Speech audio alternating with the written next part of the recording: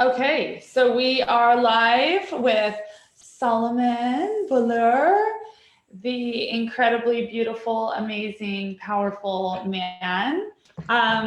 Thank you. Absolutely, it's true. Solomon helps men find ecstatic freedom from feeling inadequate sexually, shame around their sexual wants and desires through ancient tantric practices and sacred sexuality teachings. Beautiful. Now, Solomon and I met on one of my very first, in a past life, one of my very first tantric trainings. Like, it wasn't even about being a teacher. It was like way before I even thought of being a teacher. And we met and we made out the first night. And then we were like friends, and then we bumped into each other, and then we became really, really, really close friends. And supported each other through so many crazy stories like a few years ago. And so Solomon has one of the most amazing stories. It's really dear to my heart. So I'd love to hear, Solomon, what brought you to these teachings? Thanks, Sheza. Yeah, it's been a long journey. We've been friends, so it's amazing. I first want to acknowledge you for the work that you're doing here. I think it's beautiful. Thanks for sharing this with everyone, and what you're doing is amazing. So what brought me to sort of finding Tantra, sacred sexuality, was sort of my own confusion with my own sexual identity. Not being sure if I'm gay, straight, bi, like, where do I fit? Like, what category can I place myself in? And so it's been an interesting journey to sort of find Tantra, because I wanted to learn more about sexuality, and I found Tantra when I was in my 20s, and I just kept taking courses like every year, 2, 3 courses every year, and it's led me to here 20 years later, 20 so years later, and I don't really identify myself as anything. So I've sort of come to a discovery of there's no label. I don't. My name is Solomon. That's who I am. I identify as Solomon, and it's been an amazing and difficult journey to come to, and it's liberating. There's so much freedom. Yeah. Can you tell us why, the listeners, what brought you into that place of confusion? What was that all about? Yeah, it's so I think there's many components, like being raised in a Iranian Jewish family, like, being gay or anything same sex was looked bad, down upon. It's like you're not intimate with men, you're not affectionate with men, you're sort of stoic, and the men are very stoic, and for the most part, I'd say. And I think that culture has a lot to do with it. And for me growing up, like, I was very affectionate. Like, my father was a very, very affectionate man. He was very odd when it came to sort of his brothers. He was very affectionate, wanted to always interact and be close. And so I learned that. And as I grew up, I started, people were like, why are you so affectionate? What's wrong with you? So that sort of became my sort of like, oh, okay, I guess I can't be affectionate. And then the words started to come, like, are you gay? Like, you're such a pussy, you're such a wuss, all these words started to come through. And so I started to dim myself and lessen my light, and sort of shy away from really expressing myself and being that affectionate guy that I really am. I want to be affectionate with anybody. Like, you're a guy, you're a girl, you're, whatever you identify, I don't care. Like, I really love to come up to you and, like, hold your hand. Like, yeah, I love that. Yeah. You just want to be yourself. Yes. Yes. Absolutely. Hell yes. We had Liz Love Jones earlier on talking about authenticity, and that the ecstasy of authenticity, and that is what we're here to be, is ourself. And when we get placed into these boxes, it curbs our freedom and our aliveness. Totally. So your journey, and I just want to say that he's not really like telling you how excruciating and how painful this journey really was. But I know it because he's one of my dear, dear friends, and I was with him through it.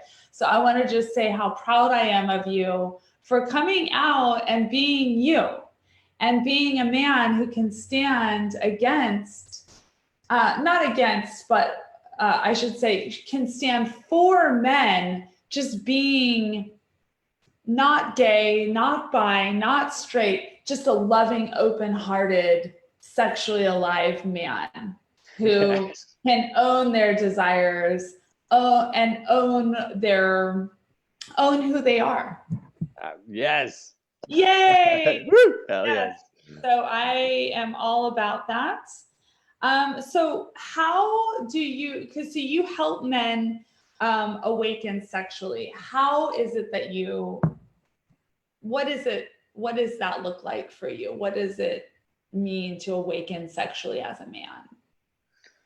Yeah, I think so. There's many sort of directions towards this and angles that I come from, and I think the basis is like a lot of men, for instance, don't realize that like breath, sound, and movement, just those three basic things, if they're really present to it, can literally change their not only their livelihood, but their sexual energy in their body, their sex life, and you know, teaching a group of men a couple months ago. I had 8 group of men come and I taught them these 3 basic principles, like become aware of your breath, become aware of, are you making any sound in your day to day?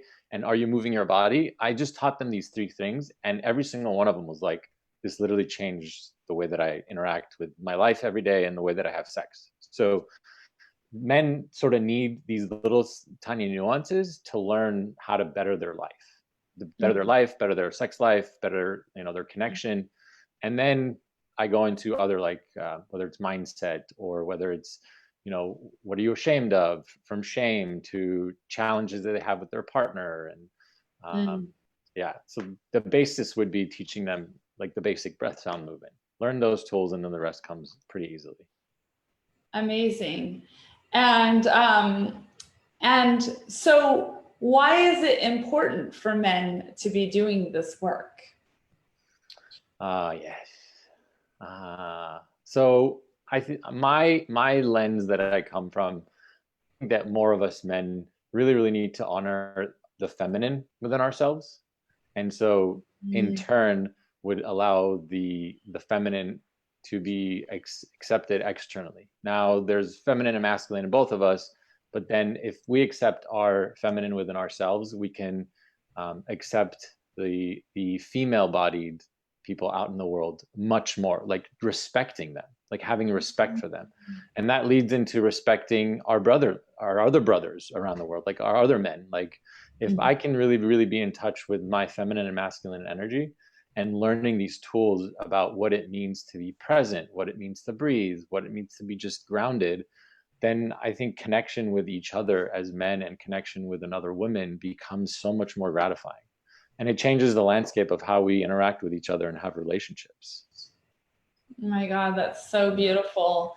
Yeah, because you have on the one hand the paradigm that we've kind of like the mainstream paradigm that we've been talking about has been, you know, the Me Too movement, men not respecting women. And that, of course, is really up high on the agenda of what we need to transform in our culture. But you really touched on something beautiful, of something that I don't feel that a lot of people are talking about, is that a lot of men have a lot of anger towards other men.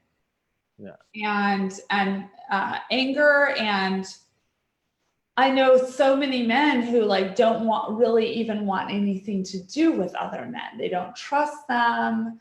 They don't, you know, it's like there's a kind of men against men. So I'm really happy that you brought that up in terms of being able to. Can you talk a little more about that? Yeah, there's a lot of men's program that are out there that are supporting men to come together, like Mhm. Mankind Project and Man on Fire, and I think that's amazing. It's so needed, and I think there's more men's sexual programs that are needed to really support men to, like for instance, I think the biggest thing is to have men stand in front of each other naked and have like actually talk about their body and their discomfort about their body and their shame about their body and their like whether they are afraid to sort of like show their body to their partner or whatever it is, to be just really transparent with another man is so freaking healing. It's so healing to sort of awaken that. And I think that alone sort of releases the sort of stigma around to a man, whether it's sexual or not sexual, just as a brother. Like Mhm. seeing each other naked makes you really bond as friends a lot quicker with another man than when you're fully clothed. It sort of just like um, it's basically a mask that's torn off. That there's nothing else that you can't see. Like you've seen me fully naked, and I'm being fully vulnerable. And I think that's the more men can do that, I feel the more that anger, the discomfort, the sort of like competitiveness sort of goes out the window. It's about collaboration. Mm. So coming from the old paradigm of competition to the new paradigm of collaboration. Absolutely. And it's almost like the clothes. I mean, anyone who knows me knows I've done a ton of clothing optional events. And the clothes, really, the clothes coming off, it actually doesn't at all, in my experience, make things more sexual. What it does is it makes things more real and authentic. It's like ripping off that layer, the mask. Totally. Uh, Agreed. Yeah. and so, what are some benefits that you find in your work? Of course, like having a better sex life, but you were mentioning just in their whole life, like what are some benefits to men really doing this deep work of, well, let me ask first, what is Yeah. the goal of your work? Like, I know that Tantra is a goalless path, but if you were going to put it all into men's sexual awakening, what does that mean? Yeah, so if a man that comes to me and they haven't really sort of stepped into discovering their sort of like sexuality, their sort of like curiosity about how to better their sex like in their body, sort of the goal or outcome at the end is they feel more invigorated. Like they feel there's a bit of there's some confidence in their body. They can hold themselves stronger. Like they know that when they're leaking their sexual energy or when they're not leaking their sexual energy, I feel like they trust their themselves more and their so-called their penis, like they're not directed and driven by their penis as much as they're directed and driven by their heart more. And that's my true desire, is to see more men drive from their heart intention and allow the sort of penis to be the secondary instead of the penis being the primary driving force for their livelihood. Yeah. Mm-hmm. And so, what would that look like for humanity? Oh man, wow, right? Um, I think it goes back to again respecting the feminine, which leads to respecting Mother Earth, which goes back to sort of instead of it being a patriarchal society, we have a sort of balanced patriarch and matriarchal society where it's balanced. It's we're not destroying Mother Earth, and thankfully with what's happening in our society in our world today, it's like the world is like doing a reset. Like the air is cleaner, the land, the water's cleaner. Like everything's being reset right now, which is amazing to see. Mm-hmm. Yeah, Mm, it is. It's yeah, super powerful. yeah. Um, yeah. So, and okay, so that's like on a global level. What about in the bedroom? How can we see the like men's is doing this work of awakening their sexuality? How can they have better sex? Yeah, so just one of the men in the group that I was took him through the workshop, was he came and said um, like one of the things that he expressed was that he was really shamed about his penis size. He was sort of ridiculed when he was younger by a few women that he was with, and so him being able to share that in front of us, like he said that it literally shifted his relationship with his current partner because he sort of like expressed it and freed himself from it, and his current partner didn't think anything of the size. Like he didn't care, she didn't care. It didn't make a It was difference. good. So it completely shifted his relationship with her. And so I think that that's just like one sort of like nutshell of what can transform someone's life in the bedroom, where it's when you release sort of the shame and idea of what something needs to look like. Like, for instance, I think one of the biggest stigmas because of um, a lot of porn that's out there shows that the man's always hard and ready to go. And I think that one of the fear that a lot of men, and I've had this too, is like, I need to be hard. Like, okay, let's go. I got to be hard. And one of the things that a lot of men that I've taught, and a lot of them that have, that I've come through, is learning that if I'm soft, I can still go in soft and then get hard inside. I don't need to always like get ready on the spot. And it's been a Mm. really, really powerful teaching for myself and a lot of men to say, we are not, our manlyhood does not equal if I'm hard or not. Mhm. And that can change so many things for a lot of men. I just want to take like a breath in and just like feel the situation for so many men with cock size. It is, we talk so much about women's bodies like needing to be perfect, and there's so much perfection, and that men kind of don't have so much around. It's getting more and more, but not as much. But when it comes to cock size, it is huge. And I still hear women, even like conscious, sexually alive, like, aware women talking about cock size all the time. Like it is a huge thing. And of course, like a large cock can sometimes like hit more points in the vagina. However, when we're learning energetic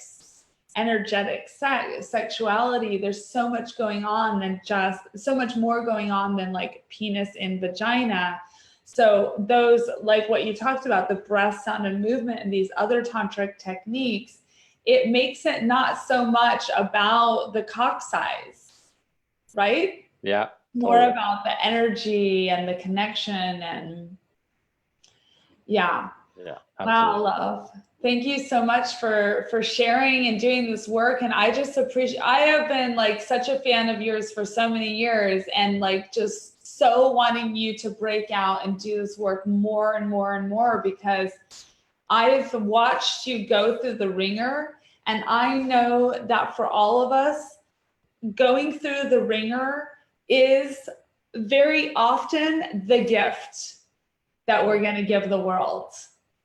So I know that you are on the right path, and you're going to be helping so many people with the work that you're doing. Do you have, how can people get a hold of you?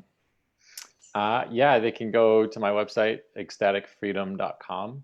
Mhm. And they can, if I'm offering a free 30-minute consultation, discovery call. And if they scroll down on that first page, there's a way to book in my calendar. I'd love to connect with you and talk with you if you need any support. Yay. Yeah. Beautiful. Yay. Thank you, love. Thank you so much for being here. You're such a beautiful human, and someday we will hang out again in person. Absolutely. Come visit you. Okay. Lots of love. Thank you everyone for being here.